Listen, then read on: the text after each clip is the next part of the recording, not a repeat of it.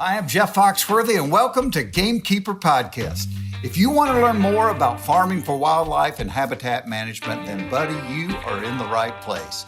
Join the Gamekeeper crew direct from Mossy Oak Land Enhancement Studio as they discuss the latest wildlife and habitat management practices, news, and, of course, hunting. There's no telling what you'll learn, but I'm going to tell you, I bet it's interesting. Enjoy. We're live in 3, 2, 1. All right, greetings and salutations. Yeah. Oh, wow. That's a new West Point, opening. Mississippi. Here we are. We've got a great guest sitting here on the couch. We've got a topic that everybody excited about. One of my favorite topics. Yeah, and I've learned that they're all over the world with the exception of, Africa doesn't have any. Well, Mediterranean. All but North Africa. Yeah. That surprised me. I figured they had some over there. So let's go ahead and get our guest introduced. We've got Mr. Emile Gardner, and he is a research forester for the U.S. Forest Service. And he works, actually, this is a cool place that he works. He works at the Center for Bottomland Hardwood Research over in Stoneville, Mississippi. We like them Bottomland Hardwoods. Makes my heart pity patter. You know a lot about trees. I do. I know a little. Yeah. I've studied trees for quite a while. And you've got a little French to you. Your name, Emile, is you're saying that's French. You were telling us what chien meant a moment ago. Right. Yeah, my first name is French. I grew up in South Louisiana and There you go. have French ancestry. Yeah. You don't sound like He doesn't a sound like bona fide South coon Louisiana, acid yeah. to me, but No, I lost the accent whenever I moved away from Louisiana. But, yeah. What part of Louisiana did you grow up in? Southwest, rice country, a town called Crawley. Oh, yeah. Oh, yeah. We're about we duck hunted 26 around. miles from Lafayette. Yeah, it's good duck country. it is. I've used to go a place called Johnson's Bayou. Yeah, Bayou? that's Bayou? right. Bayou. Bayou. Bayou. It's way down south. That'd And be I mean, south of Crawley. way down there. So yeah, in they, Louisiana, you they call called Shreveport Yankees down there. It's so far south. so in Louisiana you call it a bayou, right? Bayou. Bayou. A bayou. Bayou. And in the Delta you call it a bayou. Bayou. That's right. Bayou. Mississippi is a bayou. Arkansas did it. Yeah, Everybody Arkansas says too. Baumeda. Alameda. Yeah. That's lots of good places for bottomland hardwoods. It is. It is. Yeah. I'm just kind of imagining what your day might be like and all this research around trees. It's Dudley. You would enjoy this, whatever he does every day. I'm sure you I would. would, minus all the, the writing.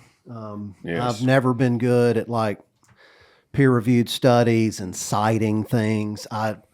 My favorite thing to do is to read what they write. Yeah. You kind of stalked him down, didn't you? Yeah, so I will say that Emile, when I'm still obsessed with trees, but when I was obsessed with learning about hardwoods and trees, I probably Googled his name more than any other professor or PhD that was doing these studies. And so I would type Emile Gardner hardwoods in the search box. Wow. And Start reading. I think I looked it up a minute ago. I think you've got, and this was just one website that held a lot of publications, but I think I saw like about 120 pubs with your name on it. Oh, my goodness. That sounds about right. Yeah.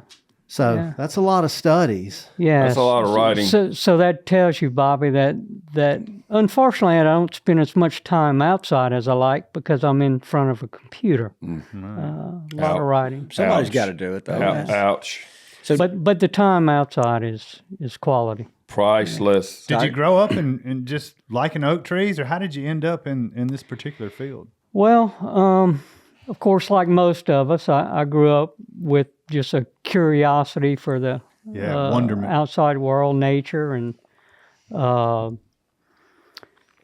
after leaving school with a master's degree, I took a job in Arkansas at the university in Monticello there, and I worked as a with a pine silviculturist and pine geneticist.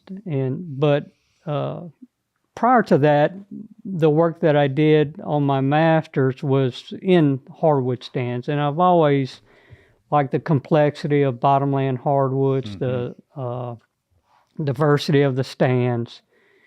So whenever I made the decision to return to school for a doctorate, I knew it had to be in hardwoods, and yeah, I've always enjoyed it. Well, I'm embarrassed I didn't introduce you as Doctor. Oh, that's fine. I No need to do that. all of our emails that we exchanged, you never once had a signature that said PhD or anything. That makes me, I like. We like you even better. That's true. Yeah. Correct. Yeah, I don't need that recognition. Correction. He It's bought- Dr. Gardner. I like it. He brought up a great point that, and we've touched on this before, but when you're dealing with like floodplain, alluvial, whatever you want to call it, bottomlands, literally 1 or 2 foot difference in elevation can dramatically change the species or what's prevalent there. It's crazy how that little bit of elevation can change. You can, and when you walk through an expanse of them and you see a little bit of elevation change, it does. Is he right? It changes. Is he right? We're always trying to prove him wrong. He's very correct, and that's the first lesson of hardwood silviculture. You have to know the site you're on for the trees that you want to grow. And there's the old saying amongst the hardwood foresters that work in bottomlands. If you're up to your waist in water, you're on a flat, but if you're up to your ankles, you're on a ridge. So, That's right. That's pretty good. Sounds like this. It is wild though, and we notice it and talk about it all the time when we're outside. And Toxie's right, like just 1 foot of elevation difference. You may have swamp chestnut oak on that tiny little ridge, and then you get farther down and it's too wet for That's it. right. You see that. and those elevational differences are indicative of not only the hydro periods at those elevations, but also a lot of differences in soils, textures, and nutrients. Especially around here in the prairie, because we still will have some sandy soils. It's not as common. But when you see soil differences, it'll be dramatic, because it'll be like some sandy, silty stuff to like rock hard clay, just, 20 yards apart. And correct me if I'm wrong, but I think I remember studying this maybe from Dr. Ezel in class. It depended on what, and this would be in alluvial systems, but it depends on what size particles fell out of the water. That's like exactly when right. the water got up and flooded or was receding. Certain areas you would, the heavier sands would like fall out first. And then it would get to an area where, where it's silty, that's kind of the mid-size. And then further away from the water, the smallest particles fall out and they're clays. That's right. And it all has to do with the energy in the water or of the water carrying the heavier particles. They don't carry them as long. They settle out quicker. But the smaller particles, it doesn't take as much energy to stay in suspension, and then they'll settle out in your flats or lower slough areas in the floodplain. That's that buckshot. Yeah, so if you look at a cross section from a river into the floodplain, from a river to the swamps, you'll pass a front where the heaviest and the coarsest sand materials are always on the front of the river. Then you'll dip down into some lower areas, sloughs and just lower flats, and you have a different soil texture. And then in the swamps and more backwater areas, you have the heaviest clays. Interesting stuff. Yeah, it is. Yeah. It is very. And so, do you want to go ahead and get into the main subject matter? Why don't you do your rapid fire? We rapid firing Yeah, today? get that started. Oh, that's brought to us by our buddies at. Nutrient. That's right. Yeah. Nutrient Ag Solutions. We love That's them. right. All right. So, Emile, I know you've probably watched and listened to every podcast, but just in case you hadn't, we do a little deal with our guests called Rapid Fire. I'm going to ask you 10 or 12 questions. Just give me a quick answer. We're wanting to get to know you better. So are you ready? Yep, sounds good. Let's All right. Spring, summer, fall, and winter. Pick 2 favorites. Spring and winter. Okay. About how old were you when you realized you were fascinated with plants and soils, etc.? That would have been high school. Okay. Yeah, 14, 15-year-old. Okay. On a cold winter day, what type of hunting would you rather be doing if given the choice? It's probably going to be woodcock hunting. Okay. Cool answer. Very Yeah, good. so I can, stay in motion walking. I'll stay warm. And Yeah. Hey, I like what you're talking about. We were talking Yeah, about yeah. this at lunch. I think a lot of us have that gene and we don't know it. You know, like from the quail days. Or Lanny, as far as moving around, Lanny's Lanny got does, it. yeah. Lanny's I got got it. Or if they can't sit still bug. It's the HD. Of All the right. 80s. So next, slimy okra, yes or no? yes. Name a unique or favorite Gardner family Christmas or Thanksgiving dinner side dish. Oh, it's going to be what I call rice dressing, and you would have heard from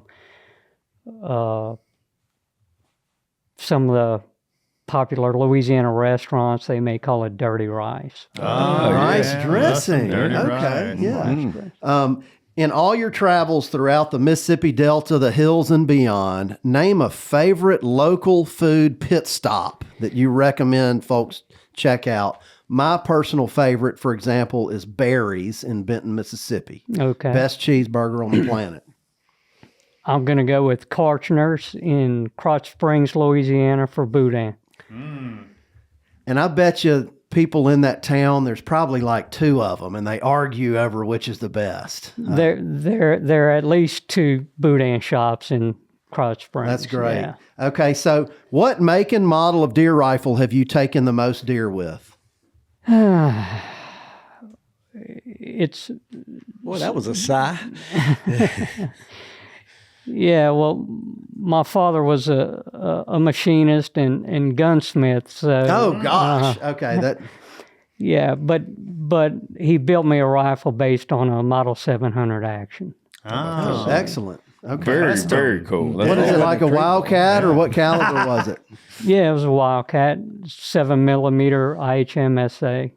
Very cool. That's a okay. unique one right Yeah. there. I think you can go to Walmart and pick up on Nah, the you shelf. can't. No, I think by the time we get through with him, we can probably nominate him to be on the next Dos Equis bottle. Yeah, it's Yeah. interesting for sure. What about your favorite fowling piece?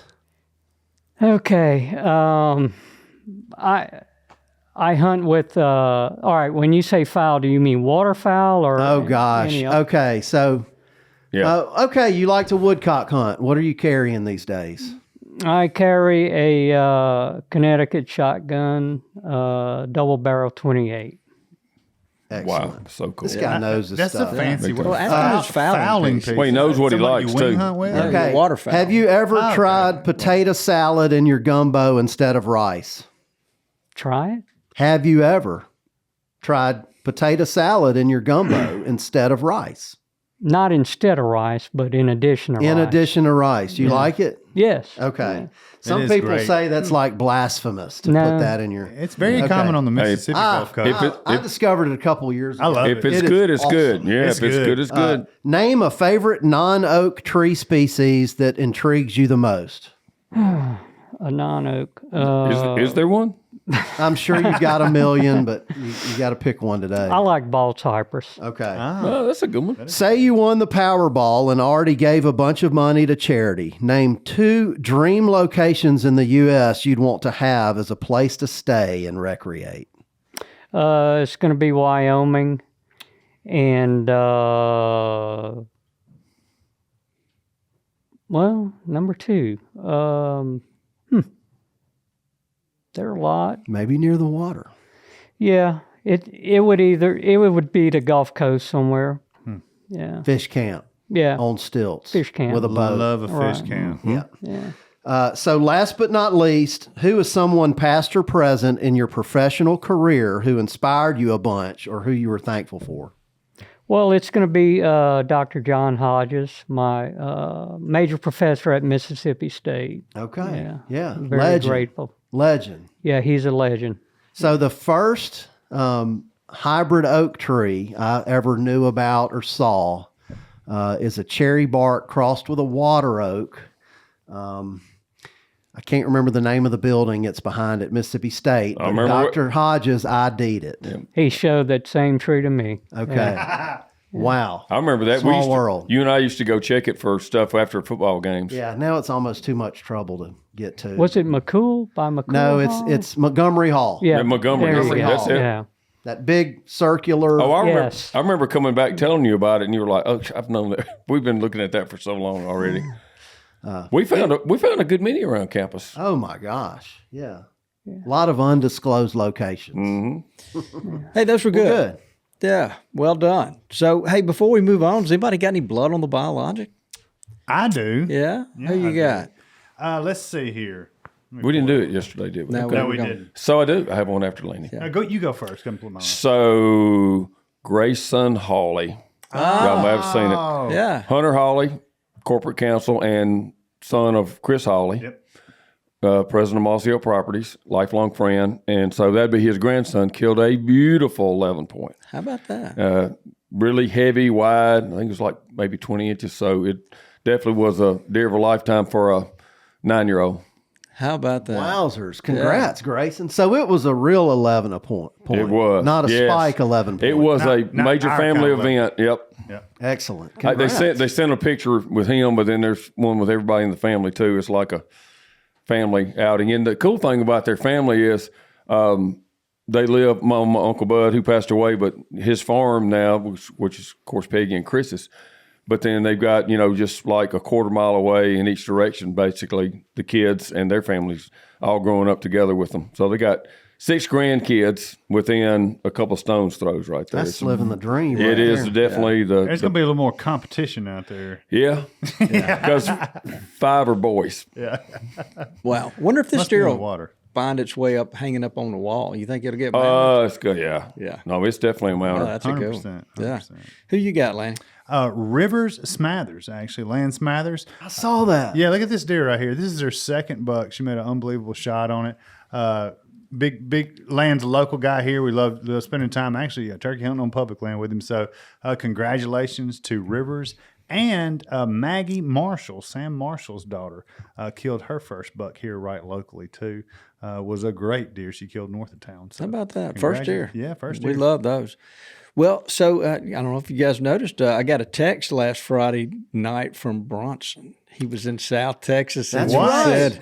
said, we had been texting a little bit, and he killed a big 10-point out there. Yeah. Beautiful Bronson deer. actually killed a deer. Yeah, he did. He hit the horns, Mitchell. Yeah. He killed a nice one, too. It only you know, had one hoof on one side. Yeah, it did Which have an was ankle, interesting. some kind of ankle. So issue. the moral of that story is Bronson gets around. He does. Yeah. He traveled. Great deer, Bronson. Congrats. And then we've got a Brandon Adams writes for our magazine. His dad, 82, 83 years old, killed a really big 10-point on their property this past weekend. So he was so excited. His young daughter, had killed a deer, and now his dad had killed a really big deer. So I want to say congrats to Mr. Bill Adams on that. That's awesome. All right, does anybody else, you got anything, Dudley? All right, well, go ahead. I'm just going to relinquish the floor. I'll just sit back over there. Well, I guess I'll tee this up, Yes. and I think this is kind of the question that we've all been wanting to discuss with you. So for the past 3 or 4 years, at least semi-locally around here, talking to customers on the phone, mostly in the southeast, we have had terrible acorn crops, like the last 3 or 4 years, it seems. I wouldn't even call it hit or miss. I'm sure there's some areas that have had good crops, but we don't really know who to point a finger at. Is it the droughts? Is it those polar vortexes that came through in the around Christmas a few years ago, and it went from like 70 Fahrenheit to 10 overnight. Right. Mm-hmm. We've also had some pretty historical droughts, like especially in the southwest quadrant of Mississippi, late frost. So, you are the oak expert, in my opinion. What do you think it is? I mean, is there one thing that we can point a finger at? Is it multiple things? What do you think? Are there any studies to back any of this up? Or Sure, yeah. So we're talking acorn production or mass production by oaks, and what are the drivers of that? And a lot of the things you mentioned will impact acorn production. So if we look at the components of the what causes or what enables an oak to flower and produce acorns, we can look at 3 different buckets for those components. So the first is going to be genetics. And genetics, we're talking species genetics plus genetics of individual trees. And the genetics controls the potential for acorn production. Got it. Craig Harper's done a lot on that, Dr. Craig Harper. So then we look at things that I might call capacity. Does a tree or does a stand of trees have the capacity to produce acorns? So like the infrastructure of the stand or the trees. Is the stand old enough, or are the trees old enough to be reproductively active? Are they reproductively mature? And then the third bucket of components is that environmental component.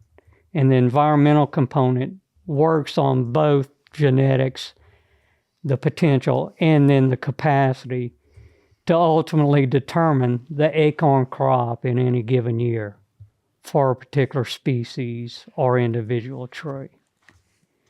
So whenever you ask, if you're seeing years of low mass production or failure in the crop, yes, it could be any of the above that are impacting either the flowering or the fruiting process in oaks.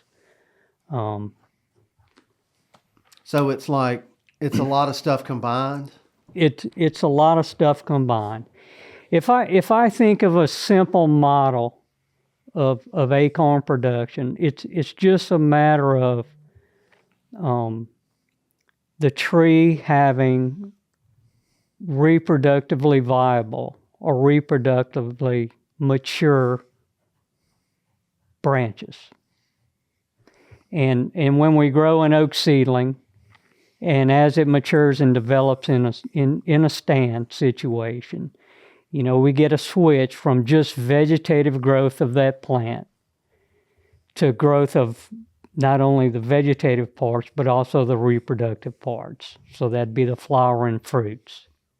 So that tree or that stand has to reach a certain age to become reproductively viable. And then at that point, the genetic potential kicks in and the environmental factors interact to control these processes that we see. Okay. So it's pretty complex. Yeah. So it could be like I know with pines, it seems like when you have a really droughty summer, it seems like, I don't know, it's like the pine thinks it's gonna die. So is it survival of the species kind of thing, maybe? But then on the same note, you could have a really good weather year and then also have a good crop. That's right. So we're talking about 2 different types of flowering. One is the flowering that we would see in, a so-called normal year, a year of good weather or other environmental factors around the tree. And that type of flowering is controlled by photoperiod. So in the late winter, spring, when the photoperiod, the diurnal length of the day, the amount of sunshine in the day begins to increase, then that initiates flowering in oak. There's no evidence that I know of in oaks that they respond to stress-induced flowering. What Toxie may have been alluding to, where a tree would respond to stress by flowering in a way to, pass on its genes.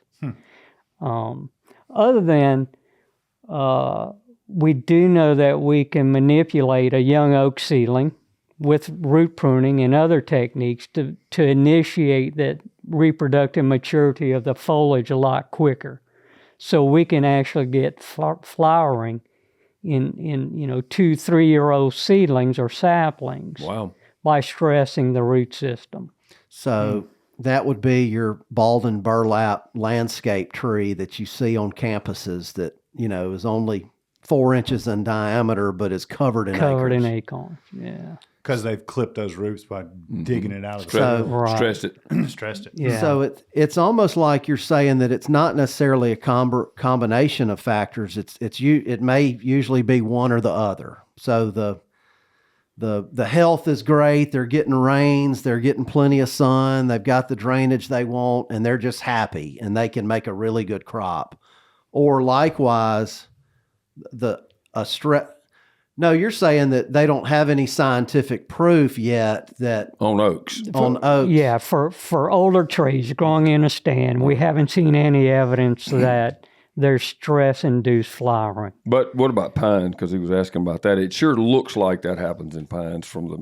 I've seen 3 or 4 in Neil's yard, those old pines, and they literally look like they have 1 million pine cones. It's bizarre they have so many, and then they die. Yeah, I'm just not familiar enough with pine to know if that's true or not. But I know growing up, you used to hear the old timers talk about driving nails into pecan trees to get them to produce fruit, and I don't know that there's any evidence of that. I don't know that it worked or not, but they sure thought it did. So it just seems like, so again, the polar blasts and the drought, that I'm assuming that has suppressed acorn production. And then, for reds, it's probably harder because they, those acorns have to stay on the branch for a second season. That's right. But this year, it didn't seem like we had any of those, nearly as many of those stresses. No. Something big. So is there something to like a year that we have poor factors and a very poor mass crop, and a lot of trees don't even produce much, that there is more stamina or energy or nutrients that build up, and they are more in a better position to produce more than next year? Or does that not make any difference at all? I don't think there's much evidence of that. I like to think of it as, let's just think of an individual tree growing in a forest, and it has genetic potential to produce flowers. And we see variation in genetic potential in amongst trees within a stand, and we can talk about that later. So this plant may start out in the spring and develop a certain number of flower buds on the tree. Now oaks, they're in a group of plants that we call monoecious, meaning they have both sexes of flower on the same plant. So you have male oak flowers and you have female oak flowers. And when you go out in the spring and pollen's flying through the air and you see all the oak flowers in the trees and you're thinking, oh, we're going to have a great, acorn crop this year. Look at all the flowers. Well, you might be a little disillusioned because those are the male flowers, the staminate flowers. Those are the ones that release pollen. You're not seeing the female flowers. They're very small, and they're on that new growth. So you'd almost have to clip a branch to see how many female flowers the plant produced on that branch in that given year. But let's go back to that tree. So let's say you clip a section of stem or twig, and you count 5 female flowers at the start of spring, whenever the buds develop into a flower on that new growth. Well, research indicates that there's heavy mortality of those female flowers very early in the season. Within 8 weeks of pollination, we can see as much as 50 to 70% mortality of the female flowers. So right there, you're losing a large amount of your potential mass crop. Okay. And that can be caused by environmental conditions like a heavy frost or freezing temperatures after bud break of that flower. There are a lot of insects that will feed on the flowers, particularly like leaf hoppers that pierce the flower and suck out the nutrients that they want to gain from Which the isn't plant. necessarily a bad thing, right? That's bird food, isn't it? Well, it is bird food. It's a matter of what you're interested in, I imagine. But we can see a loss of, as if it's in a cycle when these leaf hoppers are very prevalent, you can see as much as a 95% loss in your female flowers for that year. Wow. Yeah. So then the flower will be pollinated. Usually within a week of development of the female flower, it's pollinated. And then if it's a white oak, it will have to survive, it will have to develop and survive throughout the growing season to maturity later that fall. And factors like a drought during the growing season could impact survivability of that mass crop. Hailstorms, things like this. I never would have thought that many, the mortality on the female side would have been that high. That's, Yeah. because you think about how many acorns we actually have. Right. It's a lot. How many did we lose? That's right. And if you, from studies that I've seen, if you follow female flowers for white oaks through one growing season, or for red oaks through 2 growing seasons, you're probably only looking at anywhere from 0 to less than 25% survival of all the female flowers that are produced. Wow. And it seems like, and we've talked about this, sometimes do they ever abort acorns? They will, yeah. And that's where a lot of the mortality comes from. So if they don't have, if they're not able to get enough moisture and complete maturation of that acorn, they will abort. If the female flower doesn't fertilize, it will abort. So yeah, in the white oaks you have pollination and fertilization in the same year, but in the red oaks, since it takes 2 years to mature, you have pollination in the first year, then that female flower sits on the twig for a year, and it's small, maybe no bigger than the size of a BB-sized shot. Wow. It sits on the twig, and then the following spring, the pollen actually fertilizes the egg, and then it continues its maturation process. That's interesting. Are there- I've heard of that Fascinating. first year red oak acorn being called an acornet. I don't know if It that's is. scientific or not. Okay. Yes. And these flowers, are they located at the intersection of the twig and the new growth? So the male flowers are typically at the tip of the new growth. The female flowers are typically located in the leaf axes of new growth. So when you get this new growth, it'll have leaves along the length of that growing shoot. Female flowers will typically be in the axes of those leaves. The male flowers hang down from the tip of From the it. tips of Yeah. What do you know about oaks and pollination? Is it more typical for another individual to pollinate another individual, or are they good at pollinating themselves, or do you think that varies from tree to tree? Or No, oaks are known as self-incompatible.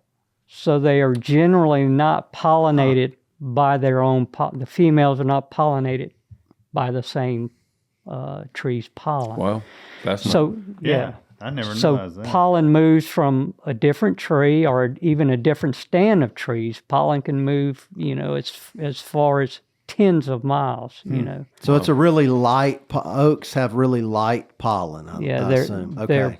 It's wind-blown pollen, so they're wind pollinated. Yeah. I think I've led a few customers astray on that question. I've just always assumed that some individuals can pollinate themselves. I did too. Because, you see that one out in the middle of, you don't see as many of them in fields anymore. They usually cut them down, but you're like, how did this thing get pollinated? It's out in the middle of an ag field. Mm-hmm. But now that I know that the pollen can travel for tens of miles in the air. Yeah. So there is some self-pollination, but it's fairly rare. Okay. It's not the typical. So how that's interesting with something.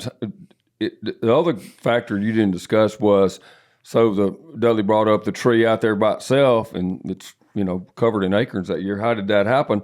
And it has to normally be pollinated by its own species. I mean, by its own type. Like a post oak needs a post oak.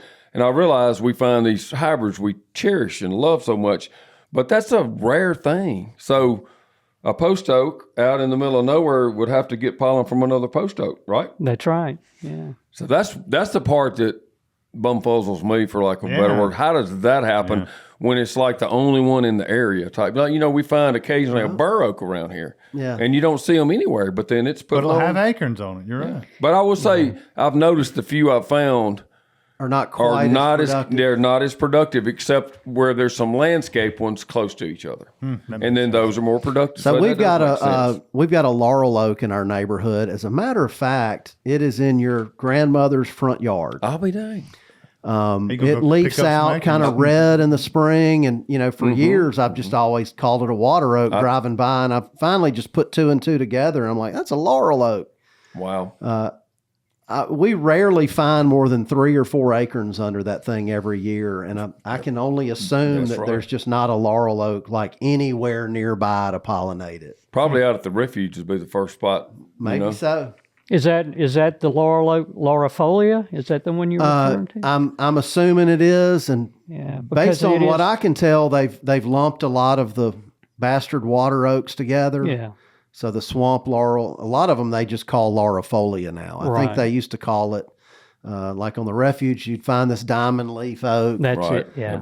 Or the obtuse oak. and then you get down on your way to Mobile and whatnot, those swamp laurels. I guess they call them that. They have on sandy they sites. have little jet black acorns, and they keep their leaves almost like a live oak, and they drop really, really late near their awesome rut acorns. Bunch of them down the water, up and down the waterway. Yep. Anyway, getting off on a tangent. They like sandy soils we too. do. Yep.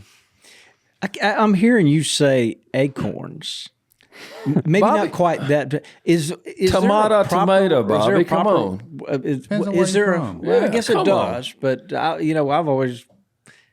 What do you know about the pronunciation of the word acorn? Yeah, that's an interesting question. I used to have a classmate. We debate that all the time, and his learnings were from Arkansas, so he called it acorn. Mm-hmm. I called it acorn. So finally, we just threw down and said, let's open up the dictionary and see what the proper pronunciation is, and they're both acceptable pronunciations. Well, there you Excellent. go. So it's like Lanny said, it's where you're from. Just don't right, say Bobby. pecan. That just That's what's in a Lanny's truck, isn't it? A pecan. a pecan. That Oh, would be that's in gosh. in the deer shooting stand. house. It's in the shooting house. Well, I'm just curious because you hear it so much. I wanted to ask that. Yours is has a often little bit debated. of a of a kind Acorn. of a Cajun flavor to the way you pronounce it. Well, he is from Yeah. Louisiana. Ours is more like Akern. Acorn. Acorn. Exactly. And when I'm around other people, like I went to New York City and gave a presentation, I said acorn. I didn't want to alarm anybody. You're so sensitive. But I mean, the insect thing kind of blew me away, and Yeah. I'm embarrassed to say I never even thought about that. But so there's leaf hoppers and other stuff that goes up there and messes with them, and never even crossed my mind. I mean, you see those male catkins throwing all that pollen, and just because they're everywhere doesn't necessarily mean that. Yeah, I've always wondered female why in the flowers. world did that thing was covered up this year and there's no acorns. And like, I don't have any oaks like directly hanging over my house, but I do have some hickories, and they abort like crazy. And, they have catkins in the female flowers. So I can only assume that may be something similar. That's what makes those tiny little flower, it's fall off and just be completely covered on our back porch. Yeah, it could be that, or it could also be if they were not pollinated, they would just abort. drop off. So what are some suggestions for people that have older oaks to increase their longevity? Oh, See, let's just go ahead and say it's a prairie soil and it's a red and it's a red oak, maybe Hypothetically a water oak, maybe. But in any case, is there anything short of, I guess Dudley's got his guru in Missouri that literally is like a doctor for trees. He'll skinny the tree and put antibiotics on this and Ryan scalpel. Russell. Yeah. I mean, that kind of stuff. You hire a tree, sure enough guy, guru. But if you had him just for the general public, they've got these beautiful oaks. The dudes, I know one of them is stay away from the drip line and any roots. Don't drive a car over it. Don't move any dirt. Don't put anything on top of it. That's probably the biggest no. But what are some suggestions maybe for those older trees? thinking on the same lines, just try to keep it healthy. Stay away out of the drip line with any sol-active herbicides. If you're in an area where you have herbicide drift, that's another thing to be aware of. Don't run the lawnmower too close and skin bark off of it. Anything like that. Is there any fertilizer or something in particular, potash or something that you could help it with a little bit, or is that just it's pretty much set in the soil it's in? Yeah, well, of course, every tree is going to be in a different situation, right. So it could be that there's something that, some kind of supplement you could give it that would be a benefit, but I would say in general, it'd be hard to prescribe that without a soil test maybe. Yeah. I would think, since it's I know more about it and it's up on top of a hill, I would say try to leave some leaf litter on the surface. And a lot of that gets blown away. It does. Yep, we lose it. It does not stick there on top because it's one of those soils that just it's very productive, but you could literally have a 5-inch rain and drive a sports car on it. It doesn't. It's just a hard pan, no matter what. Yep. Yeah, they'll tend to die from their roots up. Right. So if the roots have ever been damaged any appreciable amount, you start getting root rot, and then it travels up into the tree. It's difficult to stop. Yeah. What about trimming too? At some point, if they're around the house, you got to kind of cut limbs that are leaning into the house and stuff like that. Should we be spraying something where we cut it? Or I know Dudley has encouraged me to never cut the collar, where it's coming off of the tree. Mm-hmm. But other than that, I've noticed some trees we've trimmed seems to almost get an infection where you had to cut a limb that spread to the rest of the tree. Right. So I don't know a lot about forest pathology or tree health, but I worked for someone who did, I used to work for someone who does, and his recommendation was always, as Dudley said, don't cut into that little swollen collar around the base of the branch, and he advised not to paint that stem, just to leave it as is. Mm-hmm. And the other recommendation is to to prune that tree while the branch is still fairly small diameter, inch and a half. So that's, if you have an old house site with really big limbs, Be careful. that's out of the question. Yeah. That's go, tough Lanny. one. Talking about that stand type, when I think about, I kind of put myself in your shoes looking at the stand. We're talking about a bottomland hardwood stand with a lot of timber form trees in there, and then we're recommending a lot of more increased spacing for people wanting acorn production and mass production for wildlife. Would increased spacing or more open grown trees result in more acorns possibly? Absolutely. All right. Yeah. And that's where a landowner or manager can make an impact on the quality of their stand for acorn production, is with some type of management activity that increases spacing of the crowns. You want to relieve competition in that crown, because remember, the tree's going to only flower on that new growth. Right. So you're managing that new growth in the crown. You want to release those crowns and allow them to grow better. And on that same note, is there any evidence that fertilization can increase production or palatability of mass crops? There's really not. There's really not. Yeah, and I get that question a lot, and that's an easy one for landowners. They want to go out and fertilize it. Oh, yeah. I'll get all these acorns, but our bottomlands are fairly nutrient rich for the trees that grow there. It's a little different if you're trying to grow crops on that soil. Mm-hmm. But in a forest situation, they don't tend to be nutrient deprived. So fertilization you typically don't see a response. You'll see a response in the vegetative growth, and that may not be what you want. The key is exposing as much foliage as you can to sunlight, and that means opening it up. The flowering process, the maturation of the acorns, it's all driven by sunlight. So you're going to only see acorn production in that part of the tree's canopy that's exposed to mostly full sunlight. So that's what you're trying to. Makes sense. And that depends on your goals. But Lanny specifically said, we want acorn production. Right. That's right. You want to go? Well, yeah. What would you say to somebody that asked, I would like timber production of oaks? How would you do a spacing with that? And what would you do with the competition? So typically you would approach a thinning or an improvement cutting, or we call them intermediate cuts in stands. So an intermediate cut is any cutting in a stand that's not ready for final harvest. So it's basically from age 20 and older in the stand. So typically for timber management purposes, you'd grow the stand a lot denser than you would for acorn production.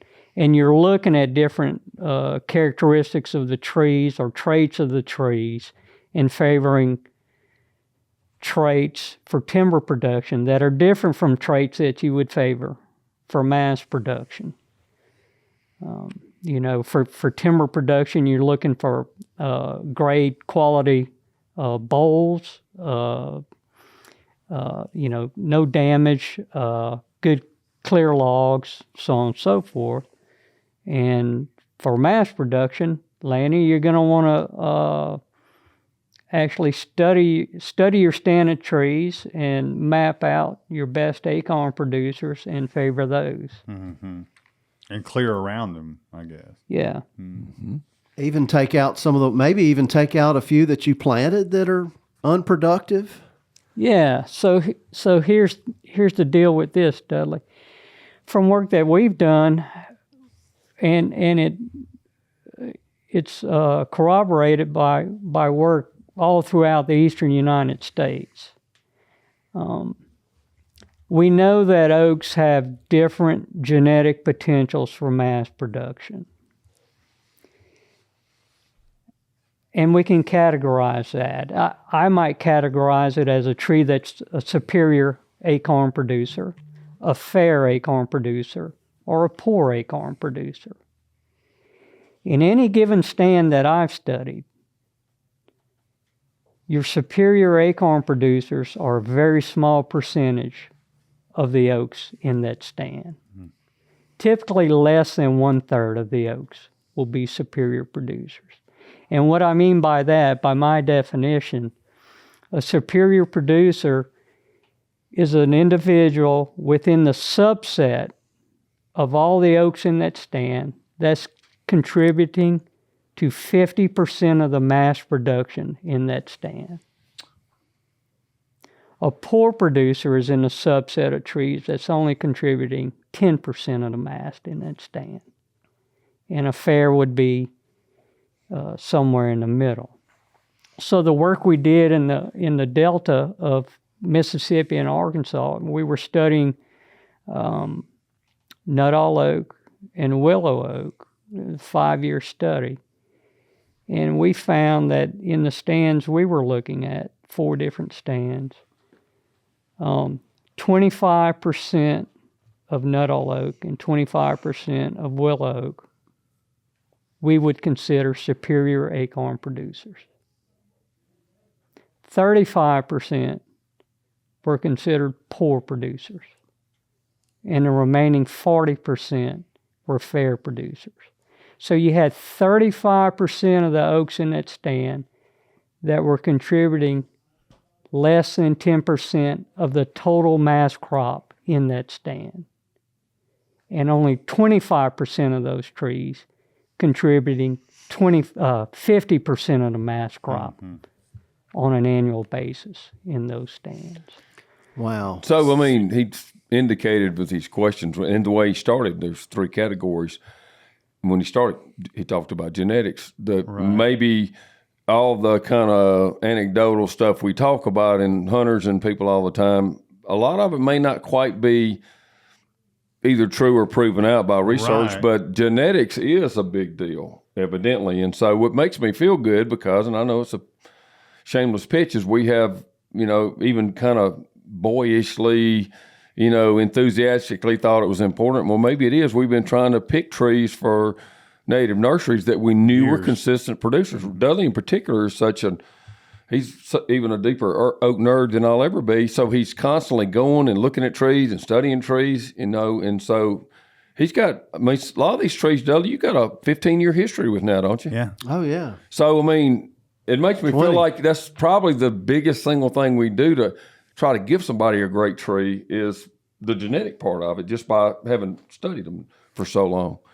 Or selecting from superior producers. Yeah, and I think the other thing I learned from that too is that you've got a place, and you've got a particular oak you just love. It could be a really cool hybrid. It could be, a beautiful big swamp chestnut, something that you'd really, really like. And you just, all my life, I never can get anything out of it. And it's probably just genetics, and I need to move on somewhere else. Right. It's genetics. And going back to your question, when you're going to open up a stand, you want to favor those superior producers. So, and if you're a bow hunter, you know what trees are producing or not. 100%. But that's how I got infatuated with oak trees. Plus you can think of places where this is, it's just not a, put a corn feeder up, plant a food plot, pour some attractant on the ground, instant gratification thing, but you can affect a place, maybe take a couple of years to get it there, but then it's there for the rest of your life, and you can pick, my point in saying that, you could actually pick not only species or trees that you've had, if it's in a dense canopy and it's already producing a good many, it's going to pretty well explode when you release it like that. But you could pick the spot that's strategic too, that like, there's a funnel here and I could release this tree. So much fun to think about doing stuff on your place in regards to that's all we think about. I know, it's when just we're sitting so in a, cool. in a hunting blind or something, is looking around What can we do next? Yeah, and you can do it. You don't have to, it's not like right during hunting season. You could do it any time of the year. So on the flip side of that, and this may be thinking too much. I'm sorry, Bobby. I love this. Bobby's finally not getting to ask all the questions. Are we overlooking these unsuperior trees? Like, is there a trait that the tree that the individual that doesn't produce many acorns, is it contributing something to the stand that the productive trees are not? Like, maybe they're the ones that are best at pollinating the Could be. Like, I wonder if anybody's looked into any of that. Huh. And then it's also interesting to me that, oaks are, they're not going to be productive every year. I'm wondering if there's a reason for that, like acorn weevils. I mean, or these leaf hoppers you were talking about, if you have a tree that makes acorns every year and drops them to the ground and it repeats that, you would think that would be just an awesome home for acorn weevils to take hold, because they have a food source every single year.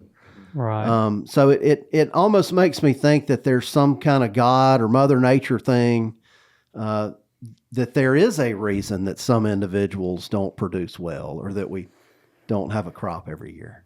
Yeah. I don't know if that's a question. I'm just kind of throwing that out there for people to ponder. But. Right. But yeah, I'll comment on producing every year or in subsequent years. We would call that periodicity. So, and we do see differences in the species, and it's species genetics, so some species, water oak, the swamp laurel oak, you may have really good mass crops every 1 or 2 years. But then if you look at white oak, you may have a bumper crop, every 4 to 7 years. So there's some real species differences in how often they're capable of masting, a fair number of acorns. I have another question, but I think. All right, Bobby, your turn. So I've got a 7-part. Reel us back in. Something happened. Lanny has gone offline. What are You there? Okay, I'm back. hear you. Sorry. Okay. So I've got a 7-part question here. So would you, really it's 2-part, but would you kind of explain the drip line to me? Like, and let me visualize a lone oak tree out in a pasture and what that root system looks like. And then let's go and look in the canopied forest. And where you've got trees together, are those trees' roots intertwining with each other, and are they communicating with each other? Look at you, Bobby. Old Avatar. It's a new movie out, and Bobby's mind's gone there. Okay, so if you look at your example of the lone tree out in an open grown situation, you can understand that the majority of the roots will be underneath that crown. The drip line is just the perimeter of the crown of the tree, and we call it drip line because we think of precipitation. If rain falls on the tree, just the edge of the crown that the rain would drip down defines the drip line. Move that into a forest stand, and crowns are usually touching, they're intertwined with each other, and so are the roots. The roots will intertwine with grow together. Sometimes we even see root grafting. Now, communication from the physiology standpoint, I don't like to get too anthropomorphic, but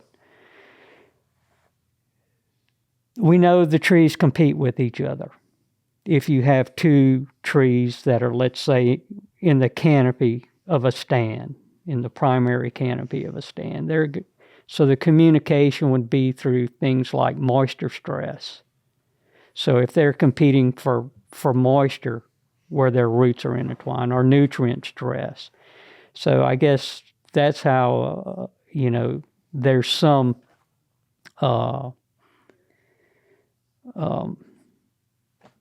interaction between the trees. And we do know from studies that we've even seen, if, for example, the study I'm thinking of, the author looked at cherry bark oak that was growing in stands, and he tried to determine which of this tree's neighbors were most competitive on that tree. And this was a well-formed, co-dominant tree in a stand.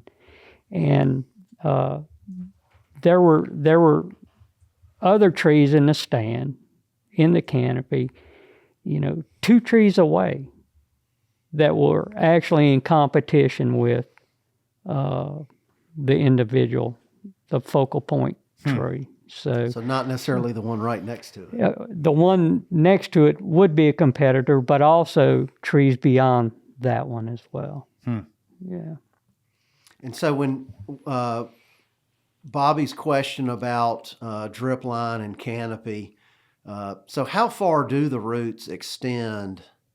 Like on an open grown oak tree, do they kind of stop at the drip line, or do you know how far they actually go? I really don't know. I think I've read that it's like 50%, Beyond. like if you're doing construction work or something, you want to go like, 1.5. Yeah, 1.5 is Wow. where the roots are. So the outside edge of feeder roots or lateral roots or whatever are outside of the drip line usually. I think so. Or right, the feeding, the small feeder The roots. fibrous ones, But he might- structural roots. I know just from the case of bald cypress, you might be walking through the woods and you trip on a cypress knee and you're like, where's that tree? And golly, it's way over there. And it's a solitary cypress, so it's well beyond the drip line. Have they figured out the great cypress question yet? We're getting off topic. No, we're talking about this. The great cypress question is, what are the purpose for the knees? I think, that's one of my favorite questions. We know what they're not. They're not a pneumatophore like we would see in mangroves. A pneumatophore is an air root. They do not. They do not take in oxygen and oxygenate the root system. There was a preeminent physiologist in our country, a man by the name of Paul Kramer, that studied this back in the 60s and demonstrated that the cypress knees actually metabolize through metabolic activity. They use more oxygen in that knee than they could possibly transport to other parts of the root system. But for whatever reason, that's never been adopted in the literature, his thoughts. And there was also a botanist at LSU, a man by the name of Claire Brown, that did a lot of work with cypress. His hypothesis was that they're a storage organ for starch. And if you ever cut a cypress knee and just rub iodine on it, it has a really high reaction for starch. But, it really doesn't have a vascular structure that would allow the plant to move starch in and out really quickly. So I don't know if that... I know that hypothesis has never been tested, but it's just... Well, myth busted. I thought they were breathing out of them things. I just assume that that's kind of a way for them to create more land above the water level. Like leaves and silt and stuff kind of gets trapped by that, and you're providing more aerated root zone for them that's not in the water. Kind of like a soil holder. It does happen. They do trap litter and detritus, and it sort of builds up. I remember reading about some early work where they looked at it as sort of an engineering structure, like a truss, and it actually strengthens the roots. So they're in this swampy environment, and when you have a windstorm, it strengthens the root, and the trees aren't easily toppled. That makes sense. Yeah, that one sounds more reasonable than anything. That really does. Breathing. All right, Sorry. Bobby, what else you got? I thought they were just invented by God to keep Bobby from setting up against the base of one turkey hunting. Well, Hey, them things can get you now. They if you can, don't watch it. you don't want to run through one. No, No, they really can. I once had a friend tell me his hypothesis were they were, a prehistoric appendage that prevented herbivorous turtles from grazing on the trunks of the cypress. That would do it. There's no telling. So this year, in this area, we just seem to have so many acorns, Especially on red oaks. And so I assumed this was some kind of masting event because of the previous lack. But from listening to you, and if I hope I'm understanding this right, it may be that I'm just misremembering that. Misremembering. I'm not remembering back when the acorns dropped 4 or 5 years ago. There was just as many. In my mind, just about every small acorn red and even shoemard, we don't have a lot of northern red around here, produced. Yeah. Like even the poor ones seem to produced. produce this year. Yeah, they did. Yeah. I'll go with that. I mean, especially the small ones, which are, I honestly, you make a case for being the most reported ones. At lunch, Emil was saying that he's having a hard time finding acorns in the Delta this year. Oh, wow. Oh, wow. Yeah. I was going to ask that because So it's we're crazy around hyper here. local here. I mean, the phenomenon Bobby's talking about, is that across the southeast or across the eastern part of the U.S. or we're just? It's very local. It is Yeah. very local. Huh. And Bobby, there is such a thing that we would say there are masting years, but it's a relative thing. So it could be that what you're seeing is, a bumper crop masting year, particularly if you're seeing, most of the trees in the stand producing. Just like we always say, you could roller skate on them. There's just so many. But I mean, he's saying there's none of those that are overwhelmingly going to affect it. I think from what I listened to, he's not saying any of these things don't affect it at all. He's just saying it's not. So if 3 or 4 different factors could mildly affect it, maybe if they all lined up, it could create a little bit more, the perfect weather, the perfect nutrient. I mean, maybe the tree, it could have helped it a little bit that it exhausted itself already the last 2 years, Oh, yeah. especially weather. But it's not triggering the tree to produce more. It's not triggering the tree. Right. There's that potential there, or the capacity there, and then there was probably so if these are red oaks 2 years ago, there would have been a favorable pollination period. It would have been relatively dry, real humid or rainy weather during that 1 week of pollination really lowers the success of pollination. And then throughout the growing season, both last year and this year, you might have got rains at the right time to carry that crop to maturity. Yeah, because we had, you're talking about the drought, and did the drought make it? I think by the time we started getting the drought, Dudley, tell me if I'm wrong, the crop was probably just about made already as far as numbers of acorns. I would around here. So, yeah. I mean, the more rain really didn't turn off till mid to late July. it was Yeah, so I mean, more likely we had a really consistent rain from spring all the way through like July. That probably would have had more to do with it than any kind of drought That's what I was in kinda reverse. thinking. Because we did have a very wet very even optimum, even to the point it was almost too wet for some people to plant crops. No, some people didn't get soybeans in. I know. Sure did. So Yeah. Can you explain a little bit about what an acorn is made of and its importance to wildlife? I mean, they're also different colors.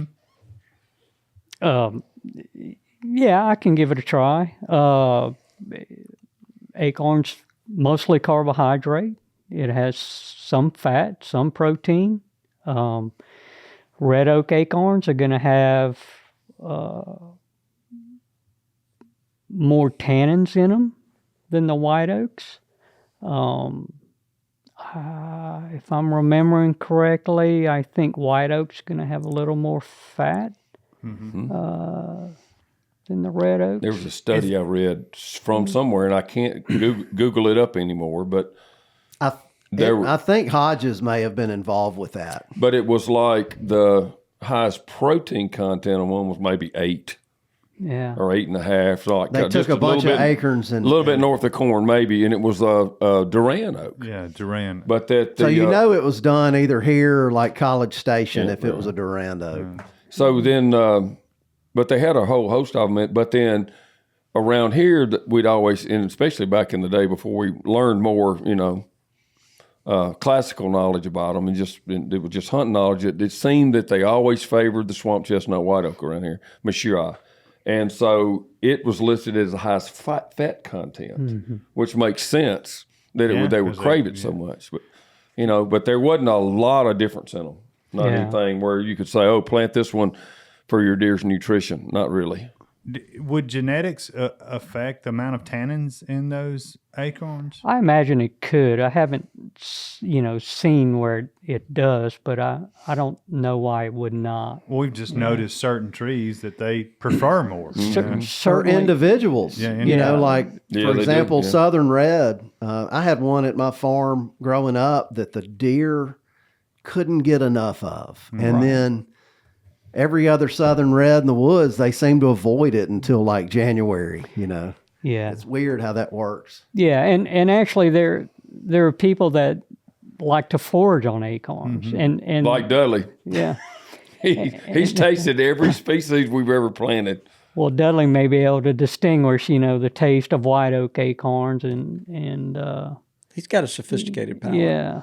I will say that there's a There's a lot of difference. white oaks that are still very tannicky. Yeah. Like you chew most swamp chestnut are whites up, and you feel like you have to spit them out. But Eat Like a red oak, it's worse. it's Yeah. worse. Oh, yeah. But Yeah, it's like a green persimmon almost. a Durand oak or a chinkapin oak. You chew one of them up, it's like putting a kernel of corn in your You mouth. told me chinkapin was your favorite, wasn't it?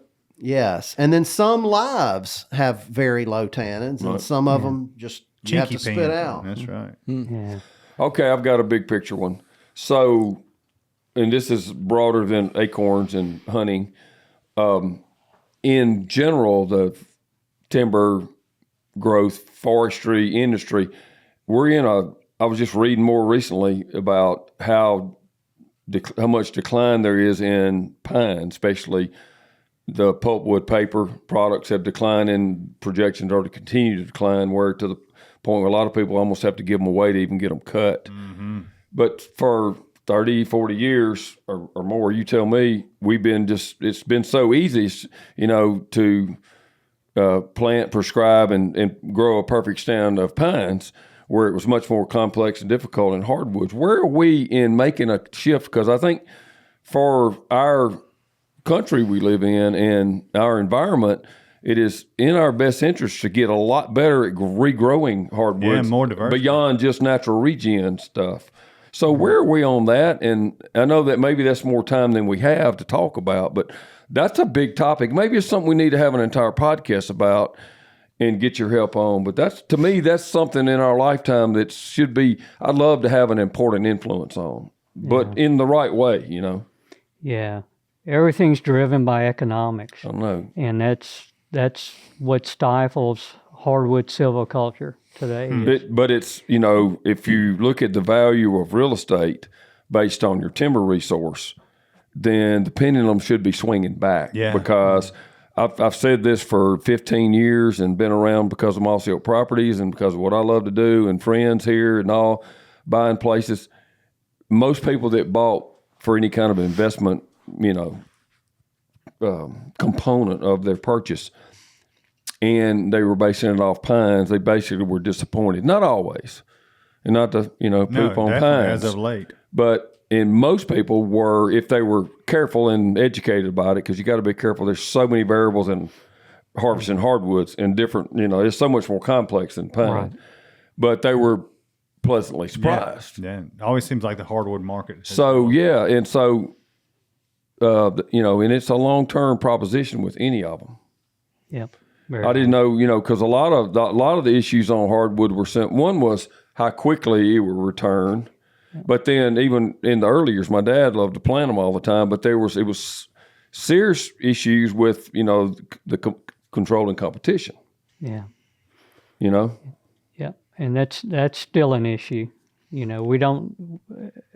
as in pine forestry, you have, magic bullet herbicides to Absolutely. control competition. That's a difficult thing to do in hardwoods. And Are there those superior seedlings? I mean, are they working on genetics to grow superior oak seedlings like they have with pine seedlings? Oh yeah. Improved seedlings, yeah. So yeah, there is he's some been of that going involved on. with a lot of that. Oh, good. So there is a glimmer of hope that maybe we could make that cycle faster. Genetically improved, seedlings. But one thing that is different, and correct me if I'm wrong, pine production is more of a monoculture, and they can self-prune themselves a lot better. Whereas, you want to have a pretty cherry bark red oak stand or northern red oak stand or any kind of oak for that matter. You can't really grow them plantation style on a 10 by 15 without any other species in the mix, correct? The quality is much impaired whenever you grow them in plantation. Yeah, and in hardwoods, it's all about quality when it comes to timber. Yeah. And marketing your timber, you have to have a quality saw log. Yep. Yeah. And going plantation style reduces that. Right. Yeah. Is it because they don't have that trainer tree? That's part of it, and we've actually worked on some plantation systems where we'll rarely plant a pure oak plantation these days, but we have species mixtures, and they will, develop much better in mixture with other species than in pure stands. Like our friend the sweet gum that everybody in the wildlife. We just love that sweet gum. Yeah. When it's called a trash tree, it kind of bothers me. And I guess it really depends on what you're managing for. Yeah. I mean, if you're managing for fiber, it's probably good. I don't know. But I mean, if you're managing for a beautiful stand of especially red oak timber someday, it's good to have the sweet gums and the hickories and the ashes that people are so worried are going to take over the stand. That's the reason that you end up with a high grade oak log someday. Because it's trying to compete with that faster growing tree. Yes. You get the quality from competition. Yeah. So competition forces your oak to grow up, the good clear stem, and then once it is able to do that, if it's successful in achieving a dominant or co-dominant position in its canopy, then it can put on quality wood on that clean bowl. Yeah. That makes a lot of sense. So would you name like your top 3 favorite oak trees and why? Okay. Top 3 favorite oaks. All right. Can we name ours too when he's done? You sure could. That's not a fair question, though. I mean, Bob, if you had like 5 kids and you said, "Man, what's your 2 favorite?" Yeah. You would go, "I love them all the same." Yeah, I That's guess a good so. We'll see point. what he says. I'll do it. Yeah. I like Shumard oak because of the leaf shape. To me, it's just the quintessential red oak leaf. Yes, it is. It's a majestic. It's Oh, a majestic yeah. red oak. It really is. Yeah. Got the striped bark. Yeah. It's got that real pretty, the acorn is really big. It is. A lot of people can't tell the difference between that and the northern red, but they both have that lighter colored Yeah. meat on the inside of an acorn. Yeah. What do they call that? And they do. I think Kernel. The kernel. Yeah. when the weather conditions are right, they're beautiful fall red color. They do have nice fall color. Especially this year, it seems like. Because we got a sudden cold snap. Yeah. Yep. All right, so that's one. I like swamp chestnut. oak. Every has to be. Yeah. Has to be. What about them do you like? I like the mast, the acorns. I think they're beautiful, and also like it goes back to my childhood. So my family has a property on the edge of the Chaffley Basin, and there was a elderly man in that area that made baskets out of stripped swamp chestnut oak. Oh, wow. So our Easter baskets growing up were all these baskets made of oak, swamp chestnut oak. Wow. There's a local guy. It's been years, but I want to say there was somebody around Columbus that was doing that. I don't know if they're still around anymore, but yeah, I mean, that's why they call it basket oak, right? That's one of Right. the common names: basket oak, cow oak, or swamp chestnut oak. Yeah. All right, so that's 2. That's 2. Let's see. Number 3. It can be more than one for his third pick, too. Yeah. I really like Nuttall oak. It's a great one for wildlife. It's a really good mass producer, good for wildlife. It's a great timber tree. Yeah, it's a nice tree to look at with that smooth is. silver bark. And if it's like most of the time, it's very durable. And like in my point saying that is that we got a lot of wetland stuff and it's dead level flat, and anything kind of gets screwed up or some beavers create something that should kill your trees. It's the last thing to go. It will survive so much better in these soils. And I'll say the other thing that happened. My dad, Mr. Fox, was wanting so bad to plant oak trees. When he got about probably late 50s and 60s, he just wanted to. Y'all knew he bought a little piece of land that was kind of open ground. He was going to plant hardwoods on it all the time. So he was sticking trees in the ground. Didn't know what he was doing. I didn't either. And the way too high pH to grow an oak, basically, and nothing survived. You look out there after 3 or 4 years, and there was just some grasses growing and nothing. And all of a sudden, from that, something did survive. It was in that high pH, which I wouldn't have thought it would be. I figured it's adapted to acid soils in the low country.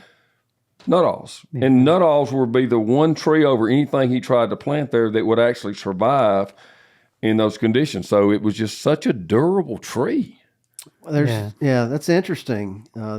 Like the Bowman place. Yeah. Right inside of the gate. And so we actually had someone working for us said, well, you're going to have to plant species that are adapted to higher pHs. And I think it was chinkapin and maybe burr, and I forgot a couple more he recommended. But from that first planting, the only thing survived was nuttalls. That's interesting. Yeah. Yeah, Nuttall is very plastic when it comes to site suitability, and I think that's why we see it so much in landscaping. Landscaping and conservation programs. That's a good one, and they have a really late dropping acorn. It's like they do, yeah. Best I can tell, it matures at a similar time as the other oaks. But the cup seems to hang on to the acorn. Yeah, it does. Longer. And because you can physically pull the acorn out of the cup, from a low-hanging branch, and it looks mature. It's bright orange where you separate it. Maybe that's something they've adapted. But what's today? They don't start blowing out of the trees until about now. That's right. I was going to say. And then it'll go until like February and early March. So there's an acorn in the hospital complex here. That's a Nuttall. I've watched it for years, and I had to burn about 10 minutes waiting on my wife to come by the tire store looking at whether she needed new tires or not. Small world. Domestic stuff. So I had to burn some time. I went over to Big H, ordered a sandwich, and went up there. I'm going to drive and look at that Nuttall and it's got all the acorns are probably they're like an inch and a half even long. Yeah. Elongated like my pinky sticking there. And there weren't many on the ground. It's just such a beautiful acorn and leaf. I picked a couple up just to show Dudley again. But I looked the Powell oak we used to call it. Yes. Oh, okay. Yeah, but last tree on the left going in Hospital Drive. But I looked up in the tree and it's just loaded still. They're just now starting to fall on December 18th. That's a winner right so, there. we've got deer season in Alabama till the 10th of February, but in Mississippi, the very best is yet to come right now. And close. That's the tree to look for, deer-wise right now. And they're cool. They vary a lot. Their acorn is either that football shape or it almost looks like a pin oak. It's like a big pin oak. It's kind of stocky looking, almost like a shoe mark. Big difference. Some of them are squatty, roundish like a pumpkin. And then this one up here is like long, skinny acorn. And then we have locally in these bottoms in the prairie around here, we argue over what it is. We can't decide if it's a Nuttall or a pin oak. And it drops a small acorn. And it kind of keys out to the middle. I don't know. But it drops really early. It drops early. October. And it's not your typical Nuttall shape. No. I think it's a pin oak, but Well, Dudley, I have a friend that has property. did we have this discussion? No, before? no, we didn't. But he has his property north of Aberdeen, and we've been in there looking, and I see the same thing. I'm calling them pin oak. Okay. Yeah. That's the same, closer to the same drainage I'm talking about. Is this the same guy that has the swamp white oak It is, that I need yeah. to go look at? That's right. The Yeah. putative swamp white oak. Right. I need to go check I think that I know out. who this is, but I won't call his name when we get off air. What about Sawtooth? What do you? I mean, you gonna throw something at me? Or Uh-oh. Well, you Can of didn't worms. decide to get. We weren't going to get political. No, that's a USDA release. Are you not cleared to discuss Sawtooth? No, I can talk about sawtooth. Sawtooth is it's an exotic species. It's brought here because of its mass production, and it's a wonderful mass producer at times.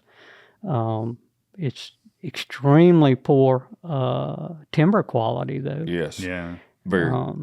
But yeah, it's there. I thought once, I could pick out state-owned lands or WMAs by the occurrence of sawtooth oak. It seems like back in the 60s there was a whole lot of planting of sawtooth oak and a lot of it on state WMAs.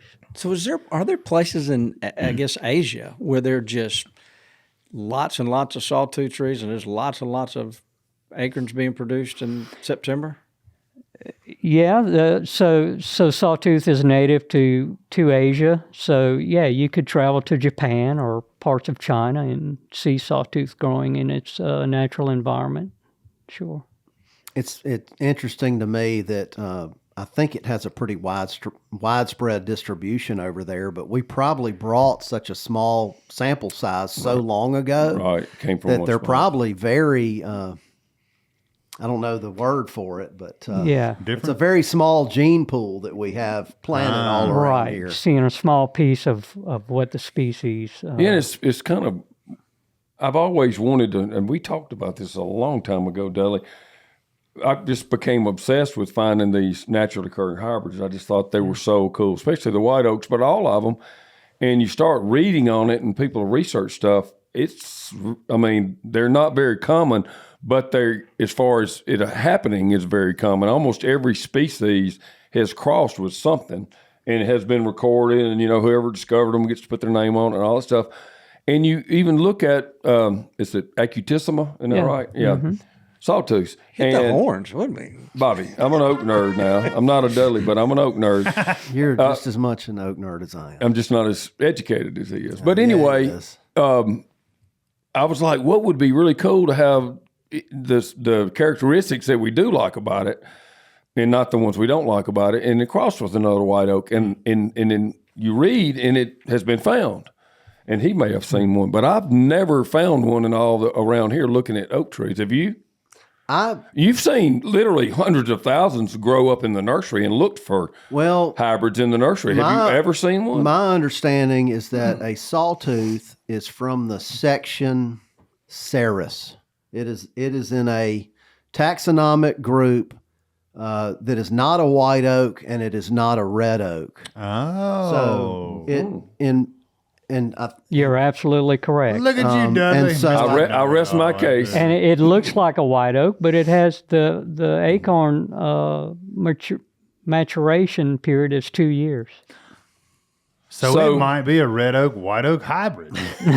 But so over in Asia, there's It can happen. Yeah, but not over here. yeah. So like in Central Park, there's a tree called a turkey oak, but it is a Quercus cerus. It definitely has that long acorn. Yeah. And so you could find a sawtooth crossed with the European turkey oak that is in the cerus group, or a cork oak, which is in the cerus group. I bought one. I've actually got But, some of those survived. I bought some a long time ago. You're It's like saying there's a sawtooth leaf chance. that big. I think there's a couple of interspecific hybrids, but I don't know of any in the oak. in the oak genus. That's a whole different. I thought there was only red oaks and white oaks. I have learned something. I know you've learned something about it. So I had it too. I think there are 8 different sections of oaks. Okay. And most people refer to it as a group or family, but it's really a section. Yeah. How about that? So there's 8 sections across the world Yes. of oak. Yeah. And we How got about that? We got 2 of them. 2 of them. Well, here. we were Well, 3 talking now. about No, we have 3 or 4 if you count Sawtooth oak. So Okay. our live oaks are in a different section. Oh, here we go. Is that new? No, man, we're going to go on all day new. long. Yeah, from about 2017. But they cross with other white oaks. They will. 'Cause- So that's an example of Interspecific. yeah, Well, look at there. How about intersectional hybrids. So, Yeah. wow. Mine is blown today. So we that thing find a lot of a live overcup live hybrids Yeah. in our seed beds. It's very common. It is. so I think we have found a live white and in the past, and maybe a live chinkapin that I planted and got messed up, but it's mainly overcup that it seems to cross with. so a live oak is not a white oak? Not anymore. Do you remember the name of the section? Blasphemy. All right, Varieties. Varieties. Yeah. Wow. Look at you. I knew we had a reason to get We you need over here. to. Maybe we got to turn this off because Major we're out of time. But announcement. But a lot of people say that a live oak is a red, but I've always known it. You know, it makes acorns in 1 year, which is Right. characteristic of a white. yeah. But it's really I don't neither. think it has the clogged the open tyloses that a normal white oak has. You're going over What everybody's is a head now. tylosis? So if you can get a just like this hickory. All right, video this. If you were to get a piece of white oak, lengthwise white oak, you could blow on it or put it in water, and Air a would come out. a red oak, air would come. No, white.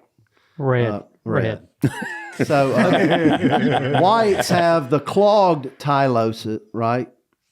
Yes. I'm turned around. Explain it. So white oak has clogged vascular system. Okay. Red oak does not.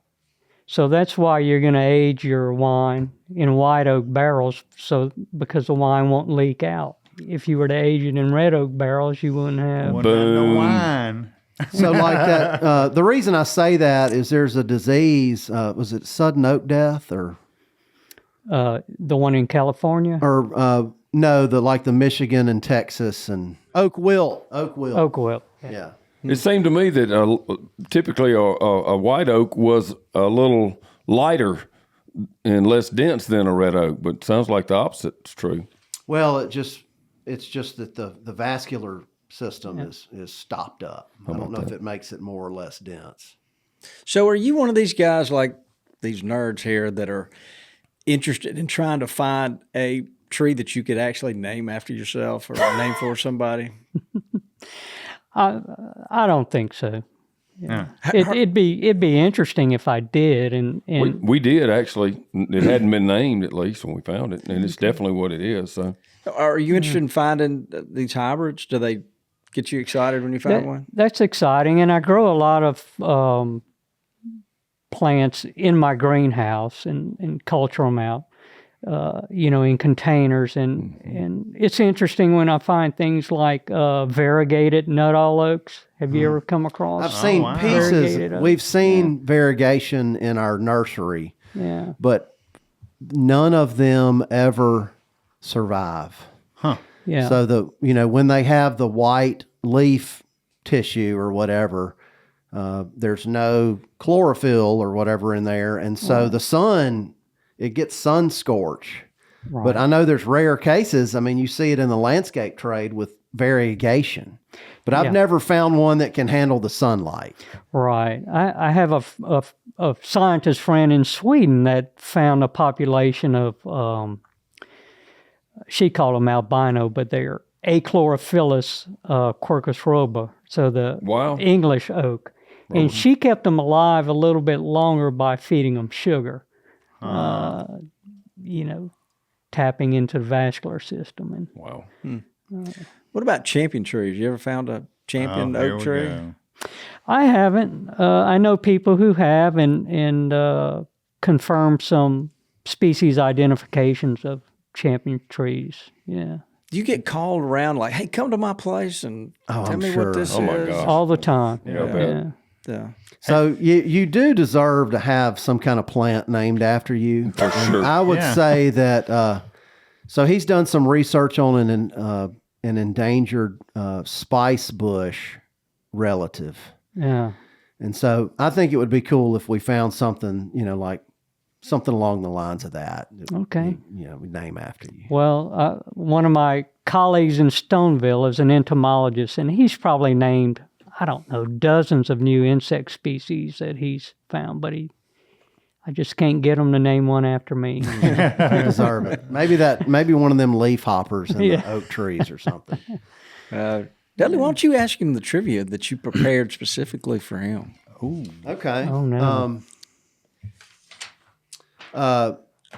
One of our mutual friends, Joe Mayo, turned me on to this a long time ago. Light riding on this And now. I don't know if you knew Whatever. about this or E.C. Burkhart, the old legendary forester from around his haunts. But the question is, although it really doesn't exist on a large scale anymore, what was the lumber milled from the heartwood of old growth sweet gum trees often referred to? Figured red gum. I'm sure that was right. As quick Well, as he I just answered. put red gum, but yes, Yeah, that is yeah. the Yeah. I've seen red on the inside of them before. you it do, seems but like. it's I guess the theory is a long time ago, we had these old forests and then we cleared them, and even the natives cleared land for cultivation a long time ago. Huh.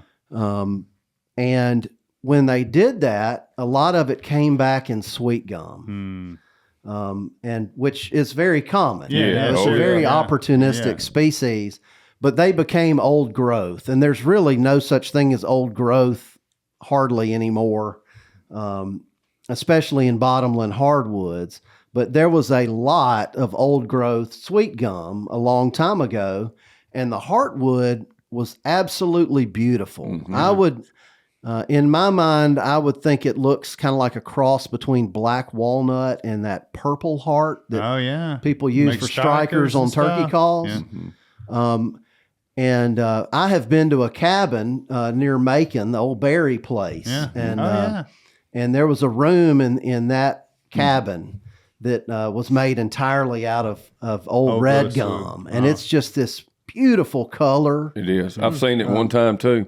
One of the Holly's friends, actually the dad helped build the house for the son, and his guy graduated, David Holly. But anyway, each room was a different type of tree, and they have one of their rooms is the sweet gum room, and I was shocked at how beautiful it was. Yeah. about that? So the lab that I work in Stoneville was built in the 1960s, and at that time, all the lumber companies in the area made donations to the lab of different wood. So every office has a different wood in it, Oh, that's cool. paneling. But all the hallways and the common rooms, our conference room, is paneled in figured red gum. Oh wow. Say that again, real. He's saying figured. So Figured, they even yeah. took out of the red gum, they took the figured stuff out of it. It has Figured a real red. pretty So that's grain just pattern. Characteristic grain pattern. Yeah. Yeah. Is figuring. So I got to really, let's just say we've identified some of these oaks that aren't very productive, and we're going to take them out.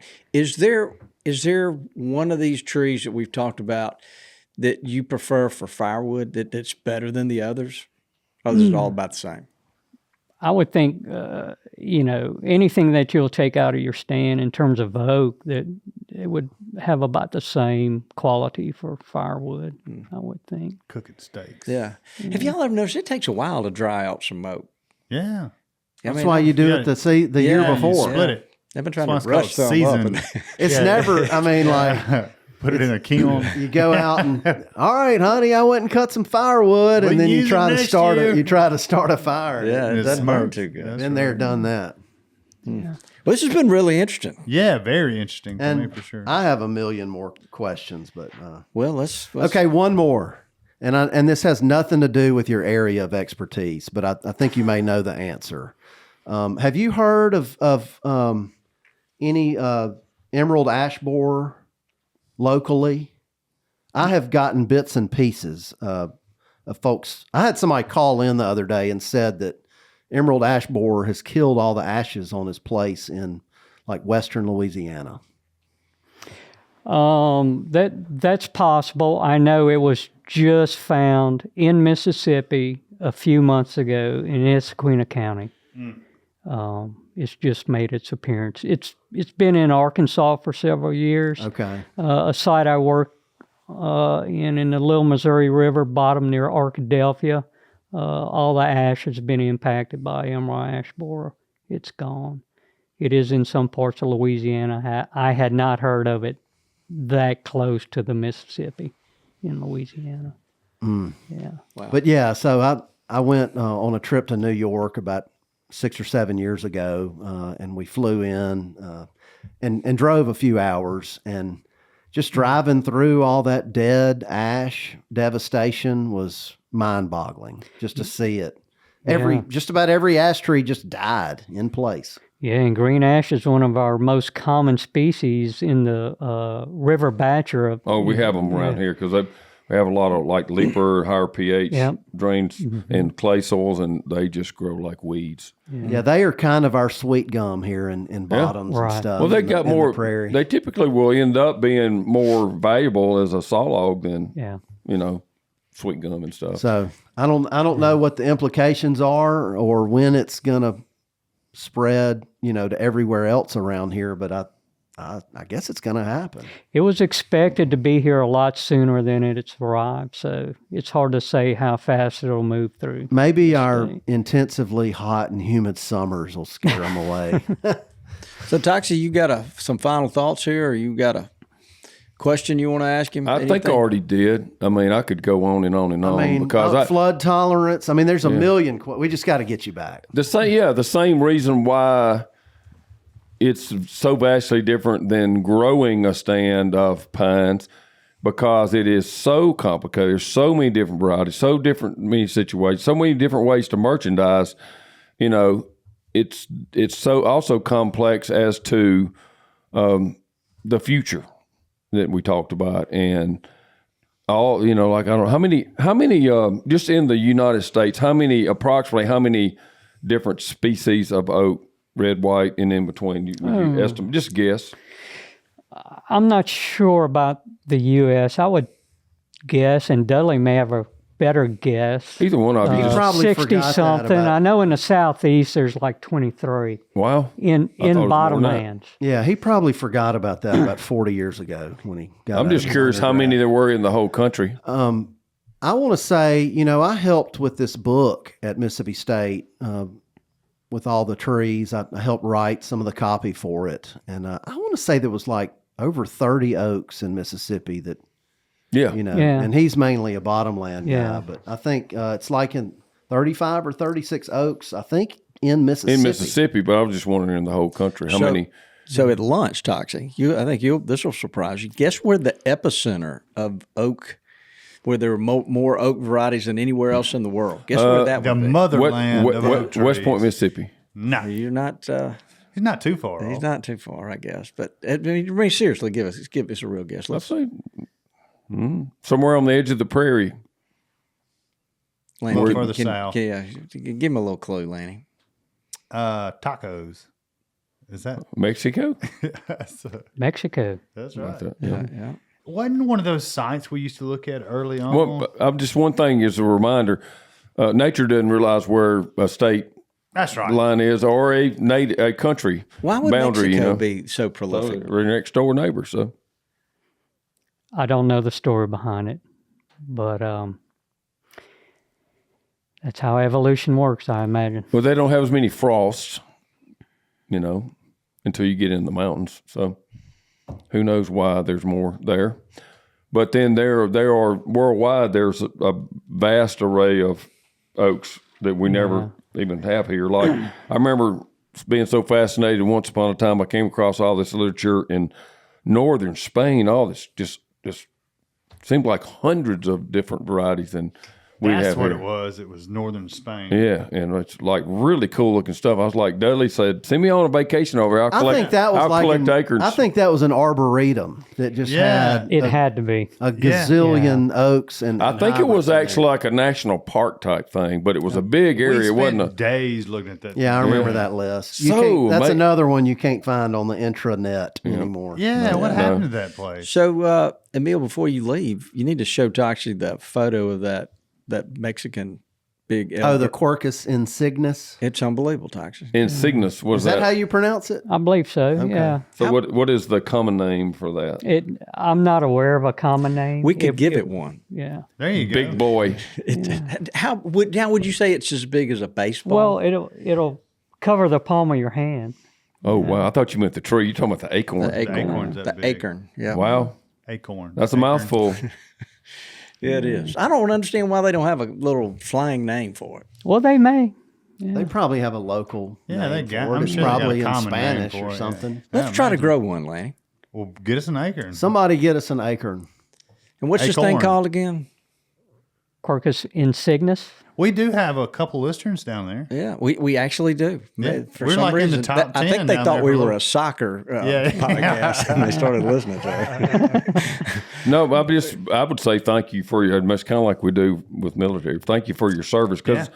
we love trees and we love oaks. It's just who we are, and so you spent a lifetime studying and educating and preparing us all for the future. I just want to be sure, we've got this nursery. That's kind of why we started it, so we could put the product in people's hands, a good product.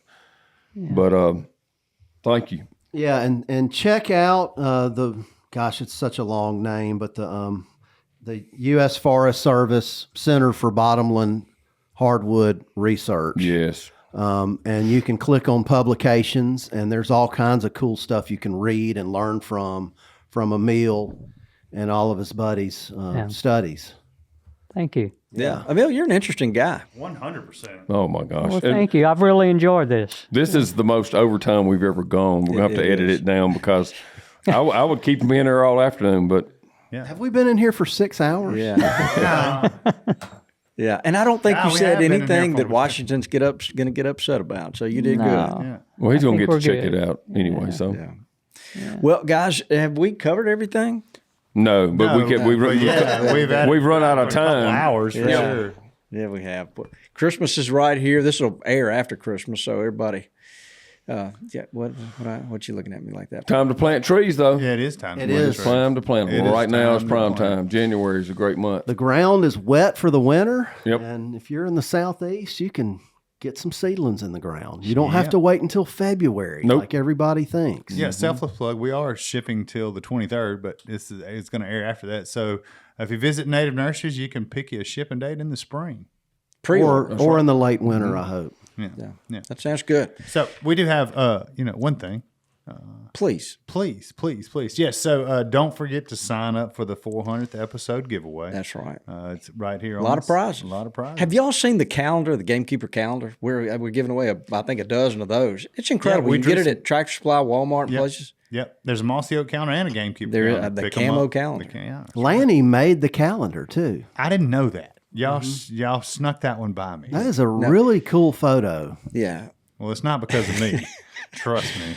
All right. Emil, we have really enjoyed having you. Yes. Yeah, thank you. Immensely. It's great to meet people that are really passionate about what they're doing. Well, and then validate all this stuff Or invalidate. or invalidate all the stuff, what we think we know, which we don't. Yeah. We want to get you back over here and talk woodcocks. Okay, that'd be great. Yeah. I've actually had several requests from people y'all should talk about woodcocks. We got any of those around here? We do. Meh. Right. They make the weirdest little noise. I have heard that. There was a bunch of them at Portland Landing back there in the sure day. was. Mhm. Yeah, They were sure everywhere was. down there. Yeah. Hunt them up. All right, guys. Well, if that's everything, why don't you say goodbye, Dudley? Goodbye, Dudley. Get us out of here, Thanks Mitchell. for tuning in to this week's episode of the Gamekeeper podcast. And be sure to tune in again. Subscribe to Gamekeeper Farming for Wildlife magazine and don't miss the Mossy Oak Properties Fistful of Dirt podcast with my good buddy, Ronnie Cuz Strickland.